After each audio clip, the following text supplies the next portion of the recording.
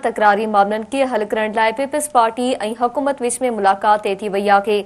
ज़रियन मौसूब peoples party ऐं हुकूमती वफ़द अॼु इस्लामाबाद में मुलाकात कंदो। पीपल्स पार्टी हुकूमत सां ॻाल्हियुनि लाइ हिकु वफ़द जोड़े छॾियो। ज़रियन जो चवणु आहे त वफ़द में राजा परवेज़ अशरफ, मेयर बुखारी, शहरी रहमान, नदीम अफज़ल चंद शामिल आहिनि, जॾहिं त नाइब वज़ीर आज़म इसहाक़ डार हुकूमती वफ़द जी अॻवानी कंदो।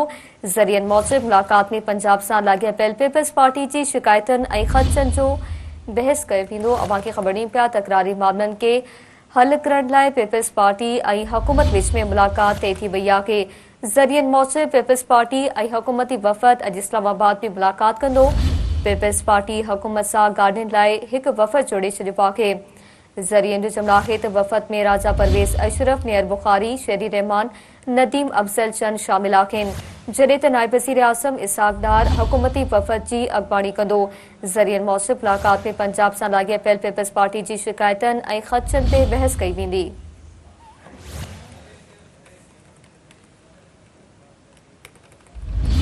तकरारी मामलनि के हल करण लाइ पीपल्स पार्टी ऐं हुकूमत विच में मुलाकात तय थी वई आहे।